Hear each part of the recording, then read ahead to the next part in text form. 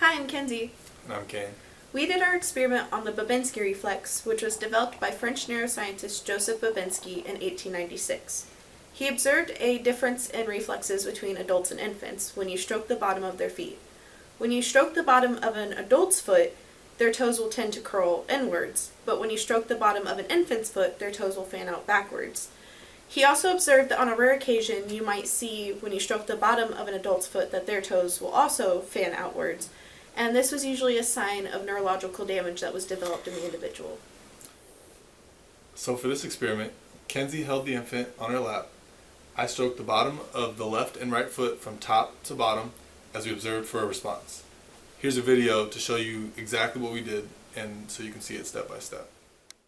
So as you can see, the experimenter held the infant on their lap facing outwards, while the other experimenter stroked the foot from toe to heel. We then repeated this process on the other foot, and while we were doing this, we had to keep talking to the infant because he was very fussy, so he was kicking his legs a lot, which made it pretty hard to do the experiment and to observe the reflexes. As you can see from the video, the infant's toes did fan slightly backwards, supporting our hypothesis and Babinski's. We discussed in the results, the infant's toes did slightly go backwards or fan backwards as we had hypothesized. So our hypothesis was supported, and it was very slight or weak, which is interesting because there's actually different conflicting research around the reliability of the Babinski reflex or the Babinski sign. And for example, there was a study done in 2005 by Miller and Johnston in which they found that toe tapping was a more effective way of measuring for upper neuron motor weakness. And they did this by having different people examine patients, and they first started off with doing the Babinski reflex, doing exactly what we did, but then afterwards they also measured the neurological development and process by having them tap their foot on the hand of the examiner, and they found that that was a more sensitive and specific way of measuring, whereas the Babinski was more unreliable and they had a lot more inaccuracy with that. And they argued that the Babinski sign and reflex should no longer be used, although it is very popular among neurological people when doing assessments. And there was another research study that was actually the one used in the book that supports it, and that was done by Zingerman and Lee in 2008, and it shows that the Babinski sign is the most agreed upon when discussed among neurologists.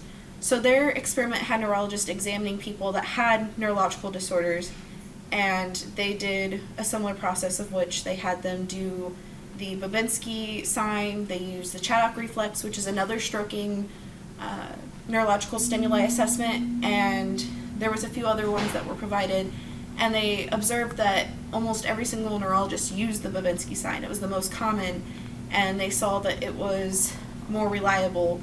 And they actually addressed the Miller and Johnston study in their own experiment in their paper, saying that their methodology was flawed because they believed that Miller and Johnston did not use testing on both feet, so they couldn't compare, although when you go back and read Miller and Johnston's methodology, it does state that right after they tested one foot, they switched out and tested the other one. So, conflicting research, which is interesting.